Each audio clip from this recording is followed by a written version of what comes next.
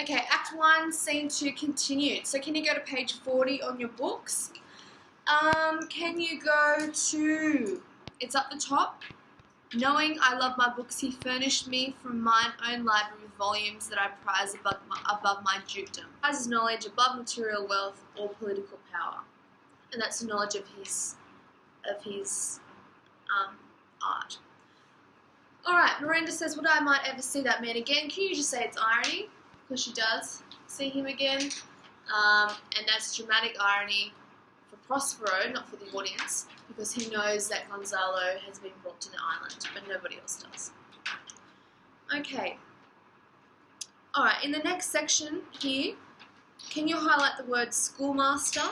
It starts with, have I, thy schoolmaster, made thee more profit than other princesses can that have more time for vain hours and tutors not so careful. So what is Prospero? Her teacher. Her teacher. He's an educator, okay? And he says he compares himself to other tutors not so careful. So how does he feel he's taught Miranda? He's taught her very well. Really well. She's very educated. He's taught her everything that he wants to teach her about maybe something to do with magic, probably not a lot, but probably more to do with the world and literature and whatnot, whatever he's chosen to teach her. So can you write down educator, contributes to / is a catalyst of all Miranda's discoveries. Now, why would I have written that? Because if it wasn't for Prospero, Miranda would never have discovered Ferdinand or anybody else. Yeah. Or anything that she knows about. Or anything that she knows, because she's been on the island for 12 years, so apparently she's about anywhere between 14 and 16. And he's just said that he's her schoolmaster. And we've talked about how discovery is knowledge.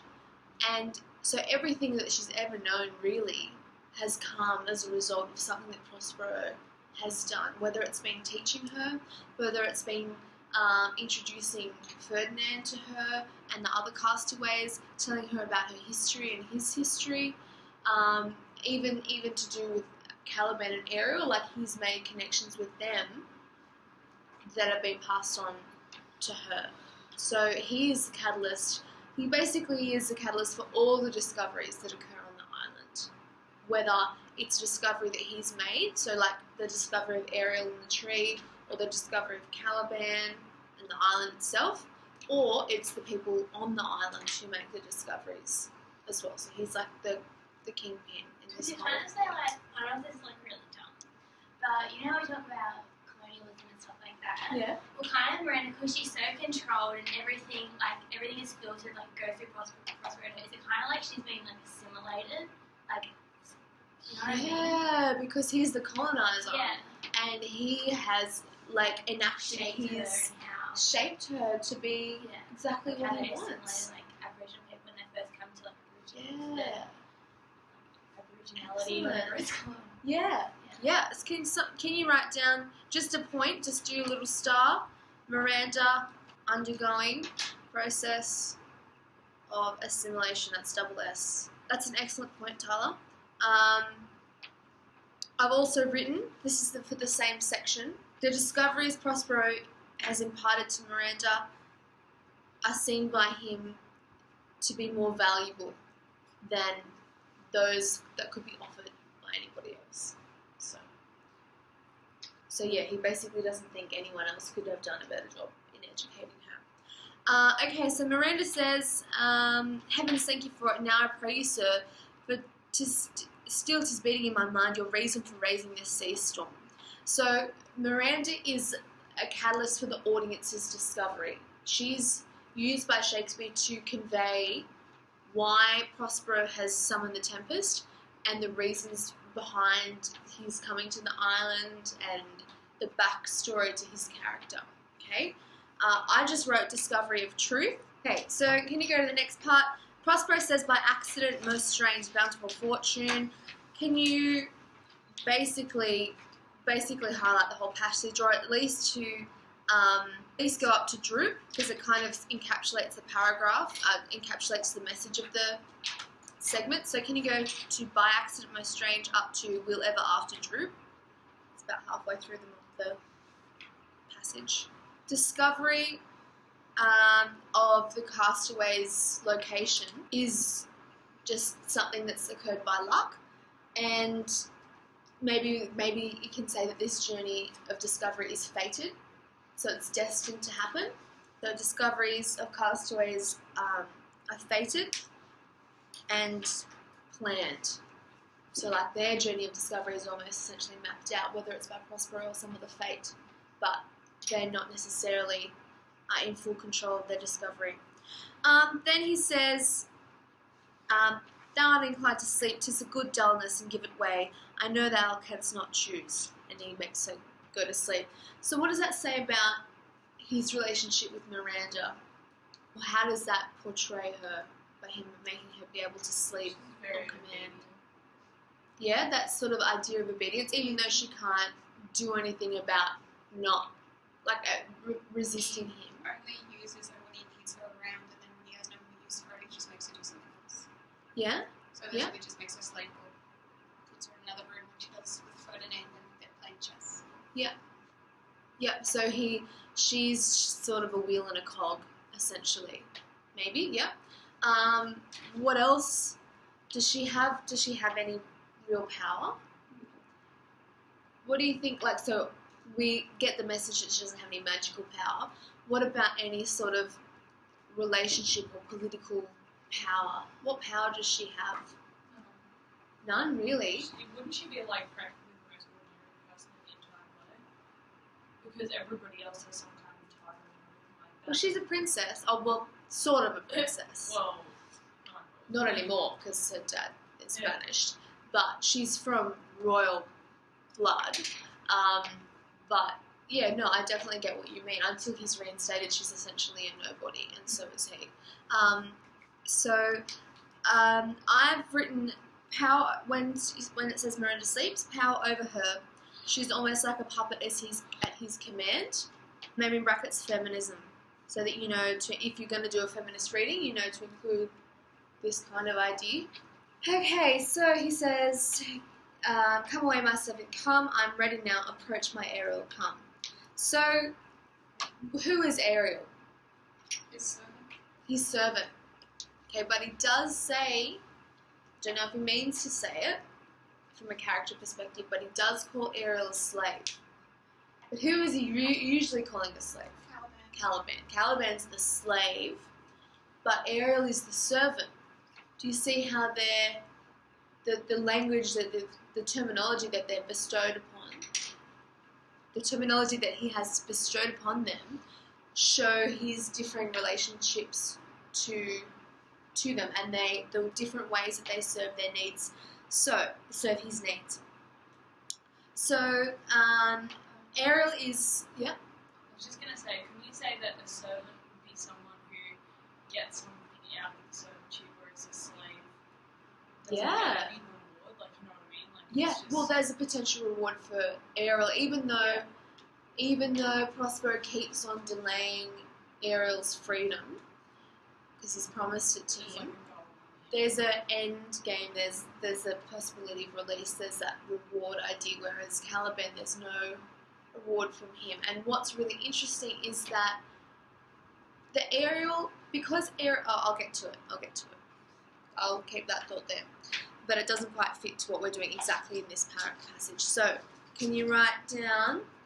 Ariel is the obedient servant worshipping the colonizer. Ariel is an obedient servant worshipping the colonizer. Now that could be genuine or contrived, because he knows he has to be good to be set free. Yeah, so Ariel says, all hail, great master, grave sir, hail, I come to answer thy best pleasure, be to fly, to swim, to dive into the fire, to ride on the curled clouds. So, how has Ariel shown his power? He can do all these things. He can do all these things, but what language techniques? Yeah, imagery. Yeah, okay, so can you write that? So just do a little bracket from all hail to the end of the page, and just write imagery is a vehicle for audience discovery of Ariel's powers. Okay, what does the audience discover on page 41, at the top of page 41? That Prospero conducted the storm. Yep, the Ariel essentially was the Tempest, but Prospero orchestrated it. So discovery that Ariel performed the Tempest. So in this section here, up in just Ariel's section, just have a read of it and tell me what kind of language is there. There's metaphors. Yeah. He's also doing that thing, I don't remember what you said the technique was, where there are literally no full stops. Yeah, that's ascendanton. Okay, Yes. so one side, so do some little stars, do like a little dot point, and write metaphors, ascendanton. I'll What? spell it in a second. Just write down metaphors. So ascendanton is spelled ASYNDENTON, and that means there's no conjunctions. So no and, no buts, no ors, nothing joining sentences. So it's kind of just like commas, lots of commas. Polysyndenton, on the other hand, is lots of conjunctions, lots of ands, lots of but, all the conjunctions. I also said vivid, tactile / sensory imagery. So we've got like vivid visual imagery. There could be there's definitely oral imagery there. The vivid, tactile / sensory imagery allows audience to receive verisimilitude. So vivid, tactile / sensory imagery allows audience to receive the verisimilitude, VERISIMILITUD. So that's what's seemingly real. All right. So they believe that illusion so much that they fully believe that thing is real. So verisimilitude just is defined by that which is seemingly real. Yeah. So really convincing illusion. Verisimilitude of the Tempest, the power of Ariel and Prospero.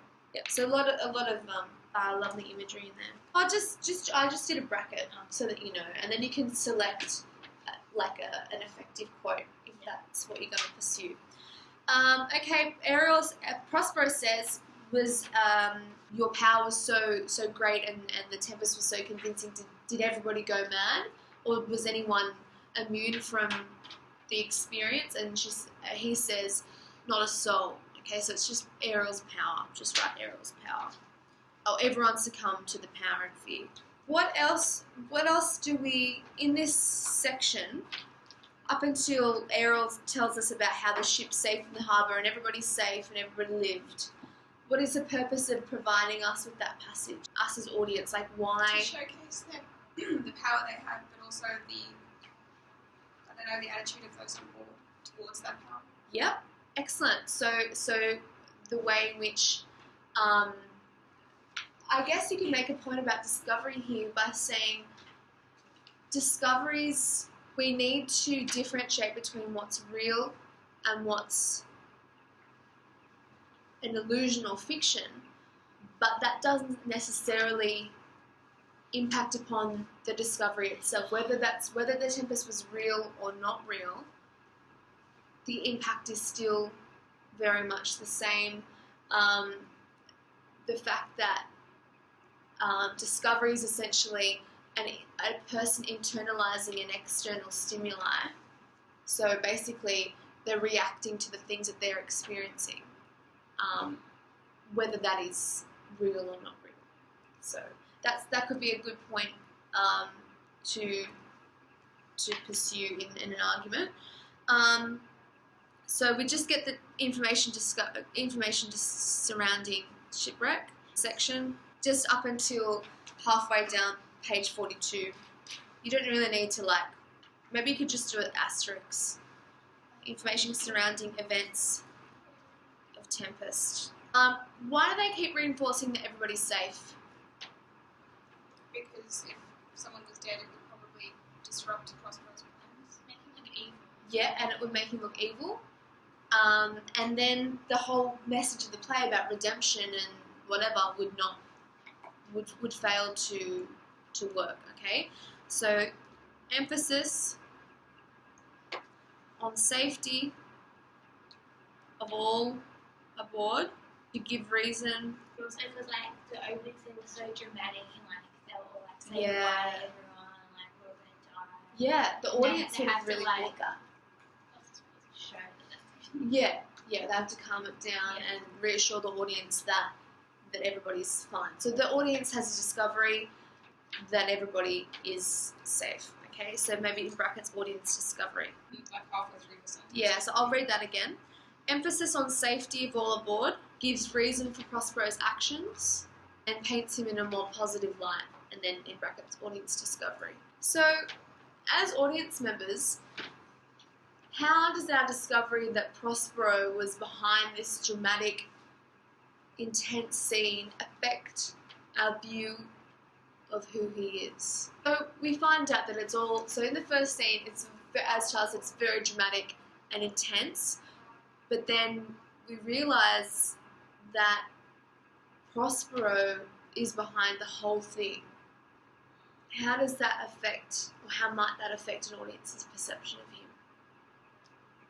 You might see him as slightly more deceitful than what they imagine. Yeah, maybe vengeful. Okay, so he and Ariel in this duologue need to mitigate that. With he needs to be seen in a positive light to ensure that the play works as it should work. Okay, and we also discover that it's the strategic nature of the Tempest. Okay, so just an asterisk anywhere. Right, strategic nature Isn't like of the Prospero Tempest. also meant to be a reflection of Shakespeare himself because it's his last play? Yeah, there's a lot to support that, but it's not fact, if that kind of makes sense. It's conjecture, just like this whole colonialist and feminist theory is conjecture. So that's certainly a line that you can take with that. Perhaps it's his, because Prospero is quite embittered by the events that have happened to him. So it could serve as a metaphor for Shakespeare's change in his own life and then his farewell to the stage. So, yeah, but it's not. It's a reading that you could have into it. Okay, all right. So can you find the line? The time twixt 6 and now must be by. I'm gonna try that again. Edit that one out. The time twixt 6 and now must by us both be spent most preciously. So that is halfway down page 42. Sorry, can you also go up to supposing they saw the king's ship and his great person perish? Just write verisimilitude. So they believe that everybody died because the storm was so realistic. So verisimilitude. Supposing that they saw the king's ship wrecked and his great person perish. It's about 4 lines above Prospero's at least 2 glasses. Okay, so the highlighted passage, the time twixt 6 and now. Why has he said that we need to work preciously? Because he knew his plan. Yeah. He's only got a short window of time to execute the plan that he has, and he's been working on it. Does anyone know how long he's been on the island? 12 years. 12 years. He's essentially been working on this plan for like 12 years. So he knows exactly what he's going to do with everything, but he's got to work quickly to make sure that it's all going to work out the way that he's planned it. So his window of opportunity is crucial. Emphasis on seizing the moment. Okay. What does Ariel respond to with that? And then what else? Those sleepy things that we remember the Tempest promise, which is not yet performed by him. Mm-hmm. She's reminding him of her freedom. She promised Yeah. him her freedom. Yeah, so Ariel is essentially what? It's like A slave. Okay, he's still captive by Prospero. He was captive by Sycorax and still captive by Prospero in a different way, but still a captive. So Ariel, essentially a captive and a slave. Okay, so I guess you could say audience discovery of his promise. Just do an asterisk somewhere. Can you find Ariel's second last line? I pray they remember, second last passage. I pray they remember I have done thee worthy service, told thee no lies, made thee no mistaking, served without grudge or grumbling, that is promised to bake me a full year. So, what has Ariel done? and everything he's asked him to, Yep. and he's done for his freedom, and he said that he would free him. Yes, okay. So, he knows he must serve faithfully to be free. So, write that down. I'll serve faithfully or obediently. Prospero has not delivered. So then, Prospero turns it back around on Ariel and says, does thou forget what a torment I did free thee? So what does Prospero now... He's blackmailing. He's blackmailing him. He's like this rescuing the colonizer that rescues these poor people from the terrible things they faced under the previous ruler. So he's like this like lovely father figure, whatever. So Prospero. So does thou forget from what a torment I did free thee? Sycorax. So I've written blackmailing Ariel seen as a kind paternal savior. Okay, now this is interesting. So Prospero says, thou dost forget and think it's much to tread the ooze of the salt deep, to run upon the sharp wind of the north, to do me business in the veins of the earth when it is baked with frost. So he's used imagery here, just write imagery on one side, personification. What's Prospero saying though? You do forget and you're not thankful for anything I've done for you. Yeah, but he's also saying, even though Ariel is his slave, he should be grateful that he's Prospero's slave and not locked up in a tree anymore. So it's kind of ironic, like Ariel isn't free, but he's like, well, you should be grateful that I let you do all these things and do jobs for me that allow you to have some freedom, when actually Ariel should have his freedom anyway. Does that make sense? So Prospero is saying that while Ariel's a slave, he should be grateful he is no longer captive. What did Sycorax do to Ariel? Locked him in a tree. Alright, and I'm going to come to that. So, have you forgot the foul witch Sycorax, who with age and envy was grown into a hoop? Has thou forgot her? So, what kind of language is he used to describe Sycorax? Negative. Just say negative imagery to describe Sycorax. Negative imagery. And Algiers equals black. Okay, so the fact that she's born in Algiers suggests that she's a black woman, and therefore more symbolic of black magic, more indicative of the other, far away from the colonizers' ideas of what is acceptable. So yeah, it's a place in, I think it's North Africa or Africa somewhere. Emphasizes Sycorax's origin in North Africa. So has Prospero ever met? So he's going on this tirade of saying horrible things about Sycorax, which I'm sure she was not a nice lady. But has Prospero ever met Sycorax? She was Never. dead before he got. Never. So I don't even know where all this information is coming from. It could be coming from Ariel, or it could just be made up. Would Caliban have possibly said anything? Because later on, Caliban goes on to insult his own mother too. Probably not to the degree that. Yeah, it wasn't like He that. probably but he wouldn't did, do he that. Did speak ill of her later on in the play. Well, potentially, It's just to make Prospero look better. it just makes Prospero, because what kind of magic does he practice? White magic. Okay, so it's almost like the white ways and the black ways. Because they say, black magic with voodoo and this and that. Because she's from Africa, there's that kind of colonial underpinning there as well. Again, it's just a reading. Alright, so write something about how Prospero has never met Sycorax. Information is second-hand or contrived. A feminist reading that I read said that his discussion about Sycorax highlights his mistrust of women. And do you think that is possible? Do you think that Prospero trusts women? Well, in the beginning stages, when Miranda asked, so are you my father? And he said, yeah, your mother was a woman of virtue who said, I was your father. Like, that kind of sort of insinuates that he should trust them, but it seems as though... But then, like, by saying, well, she said I was your father, does that say... Why doesn't he just say, I'm your father? Do you know what I mean? Like, why does he say that? And then... Polite way of calling her a whore. Well, but he said that she was a piece of virtue, but maybe he's saying that what a woman says may not necessarily be true, but because she was so virtuous, he believed her. I don't know. Does he trust Miranda with very much stuff? No. No, because she always asks him about, their background and where he came from, and he always used to say, "Not now, not now, not now." And then when he's ready, he'll tell her. But it's only just the moment when she needs to know.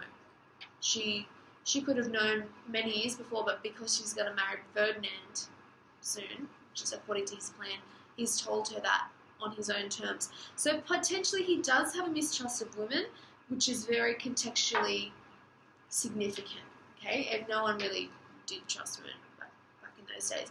So that's, again, that is just a reading. So paints Prospero as a patriarch and suggests mistrust of women. And instead of like dealing with Ariel in front of Miranda, he puts her to sleep because maybe he doesn't trust. It's not like she can tell him. Yeah, it's odd that it's odd. Anyway, Paints Prospero as a what, sorry?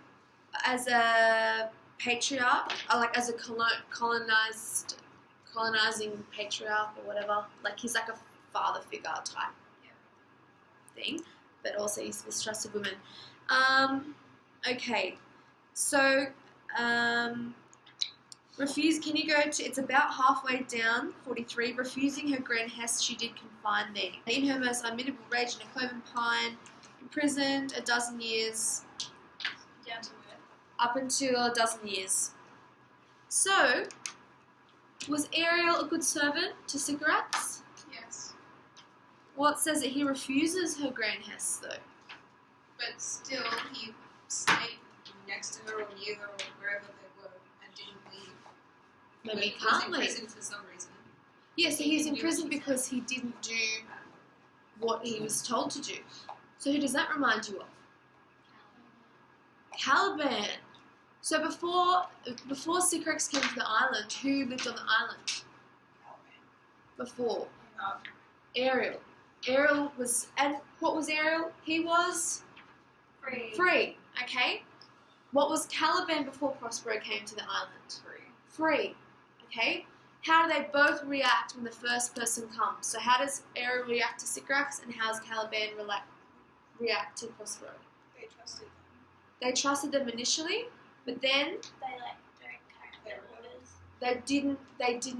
So he's like learned from his like mistakes. So Ariel is more cautious now because he's known what it's like to be captive, and he is, working to try and free himself. But Caliban has never known what it's been to be captive, and he's resisting.